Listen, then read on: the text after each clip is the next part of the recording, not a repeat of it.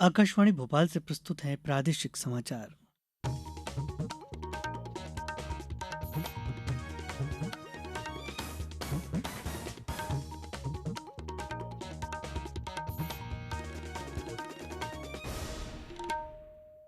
नमस्कार, समाचारों के साथ मैं रत्नेश सोनी। सबसे पहले अब तक के मुख्य समाचार। सोयाबीन उत्पादन के मामले में मध्य प्रदेश फिर देश में आया पहले स्थान पर। राजस्व प्रकरणों के निराकरण के लिए राजस्व महाअभियान 3.0 चलाएगी राज्य सरकार। देश के साथ प्रदेश में भी पोषण माह के कार्यक्रमों का आयोजन हुआ शुरू। और प्रदेश में तेज बारिश का दौर जारी, 4 जिलों के लिए मौसम विभाग ने जारी किया ऑरेंज अलर्ट। अब समाचार विस्तार से। सोयाबीन उत्पादन के मामले में प्रदेश पूरे देश में फिर पहले स्थान पर आ गया। पिछले 2 सालों से सर्वाधिक सोयाबीन उत्पादन कर रहे महाराष्ट्र को पीछा छोड़ते हुए सोयाबीन प्रदेश बनने का ताज फिर हासिल कर लिया है। भारत सरकार के आंकड़ों के अनुसार प्रदेश में 5.47 मिलियन टन सोयाबीन उत्पादन हुआ, जो देश के कुल सोयाबीन का 41.92% है। महाराष्ट्र 5.23 मिलियन टन के साथ दूसरे स्थान पर है। पिछले 2 सालों में मध्य प्रदेश में सोयाबीन उत्पादन में कमी आने से मध्य प्रदेश पिछड़ गया था। वर्ष 2022-23 में महाराष्ट्र 5.47 मिलियन टन उत्पादन के साथ प्रथम स्थान पर था, जबकि मध्य प्रदेश 5.39 मिलियन टन के साथ दूसरे नंबर पर था। इसके पहले 2020-21 में मध्य प्रदेश 5.15 मिलियन टन उत्पादन के साथ पहले स्थान पर रहा था। आंकड़ों के अनुसार देश में सोयाबीन का रकबा 2022-23 की अपेक्षा 2023-24 में 1.7% बढ़ा और क्षेत्रफल पिछले साल 5,975 हेक्टेयर से बढ़कर 2023-24 में 6,679 हेक्टेयर हो गया है। मुख्यमंत्री डॉक्टर मोहन यादव ने कहा है कि प्रदेश में जल्द ही लंबित पड़े राजस्व संबंधी प्रकरणों के लिए राजस्व महाअभियान 3.0 चलाया जाएगा। उन्होंने महाअभियान के पहले और दूसरे चरण में करीब 80 लाख प्रकरणों के निराकरण होने पर सभी को बधाई दी है। मुझे इस बात की प्रसन्नता के मध्य प्रदेश सरकार के राजस्व मंत्रालय द्वारा नामांतरण को लेकर के आधुनिक तकनीक का उपयोग करते हुए पूरे देश में सबसे पहले मध्य प्रदेश ने रजिस्ट्रीकरण के साथ तुरंत नामांतरण करने की एक प्रक्रिया स्थापित की, जिस लोगों के नामांतरण बंटवारे के प्रकरण कंप्लीट हुए।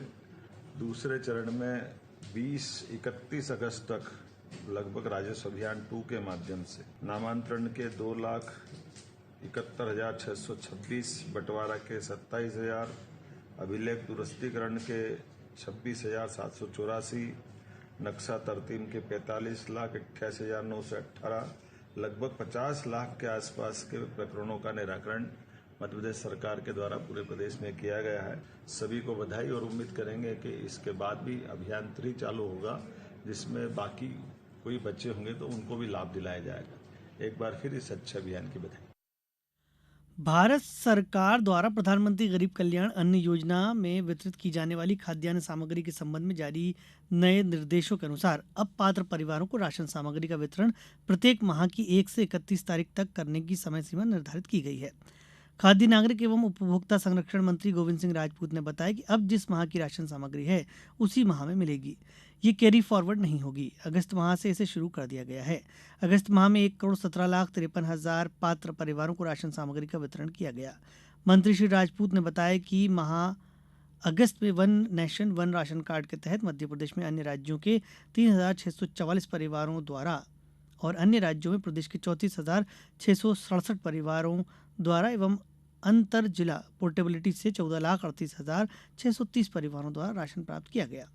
ये माह जुलाई की तुलना में अधिक है। विगत 6 माह से निरंतर राशन प्राप्त न करने वाले लगभग 1,74,000 परिवारों को माह अगस्त में राशन प्राप्त करने के लिए परिवारों के नामों की सूची उचित मूल्य दुकानों पर चस्पा कराई गई।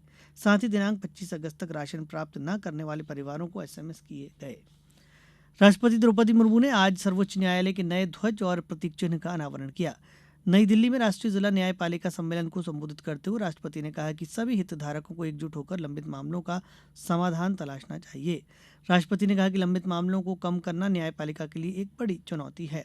भारत के मुख्य न्यायाधीश न्यायमूर्ति धनंजय चंद्रचूड़ ने कहा कि लंबित मामलों में कमी लाने के लिए गठित समिति ने इन मामलों के समाधान के लिए कार्य योजना लाने की रूपरेखा तैयार की है। अब समाचारों में वक्त एक छोटे से विराम का। ये समाचार आप आकाशवाणी मध्य प्रदेश से सुन रहे हैं। हमारे समाचारों को अब आप कभी भी और कहीं भी अपनी सुविधा के अनुसार सुन सकते हैं। ये समाचार बुलेटिन YouTube, X प्लेटफॉर्म और Facebook पर AIR न्यूज भोपाल पेज पर सुने जा सकते हैं। इसके अलावा आप हमारी वेबसाइट newsonair.gov.in पर अथवा न्यूज ऑन AIR ऐप पर भी समाचार सुन सकते हैं। देश भर में आज से राष्ट्रीय पोषण माह की शुरुआत हो गई है। यह प्रतिवर्ष 1 से 30 सितंबर तक मनाया जाता है। प्रदेश में भी पोषण से जुड़े कई कार्यक्रम आयोजित किए जा रहे हैं। लोगों में जागरूकता बढ़ाने के लिए समुदाय के लोगों, पंचायत सदस्यों, जनप्रतिनिधियों और अन्य विभागों के साथ मिलकर कार्यक्रम आयोजित किए जाते हैं। धार में आज से पोषण माह का शुभारंभ केंद्रीय राज्य मंत्री महिला एवं बाल विकास सावित्री ठाकुर द्वारा किया गया।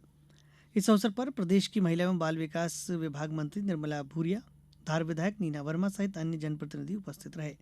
केंद्रीय मंत्री ने कहा कि पूरे माह अनेक कार्यक्रम आयोजित किए जाएंगे। इसके साथ महिलाओं को कई जन कल्याणकारी योजनाओं से जोड़ने का कार्य प्रदेश सरकार कर रही है। मंत्री श्री ठाकुर ने कहा कि धार जिला सिकल सेल एनीमिया से निजात पाने की दिशा में जिला कार्य कर रहा है। प्रदेश में एक बार फिर बारिश का स्ट्रांग सिस्टम एक्टिव हो गया है। मौसम विभाग ने आज और कल के लिए नर्मदापुरम, हरदा, बुरहानपुर और बैतूल जिले में अति भारी बारिश के लिए ऑरेंज अलर्ट जारी किया है। वहीं बाकी सभी जिलों में भारी बारिश के लिए येलो अलर्ट भी जारी किया गया है। पिछले 24 घंटों में भोपाल, ग्वालियर, शहडोल और नर्मदापुरम संभाग के कई जिलों में तेज बारिश हुई। इंदौर में आज दोपहर पूरे शहर में तेज बारिश हुई। मूसलाधार बारिश के चलते कई प्रमुख चौराहों पर जल जमाव और ट्रैफिक जैम की स्थिति भी बन गई। इसके अलावा शहर के कई निचले इलाकों और BRTS में जल जमाव की स्थिति बन गई। इधर सीजन में अब तक करीब 30 इंच बारिश हो चुकी है। इस लिहाज से कोटा पूरा करने के लिए सिर्फ 6 इंच की जरूरत है। शहडोल जिले में अब तक 993 मिलीमीटर औसत बारिश हो चुकी है। इस श्रावण भादो मास के 7वें सोमवार कल उज्जैन में बाबा महाकाल की शाही सवारी निकलेगी।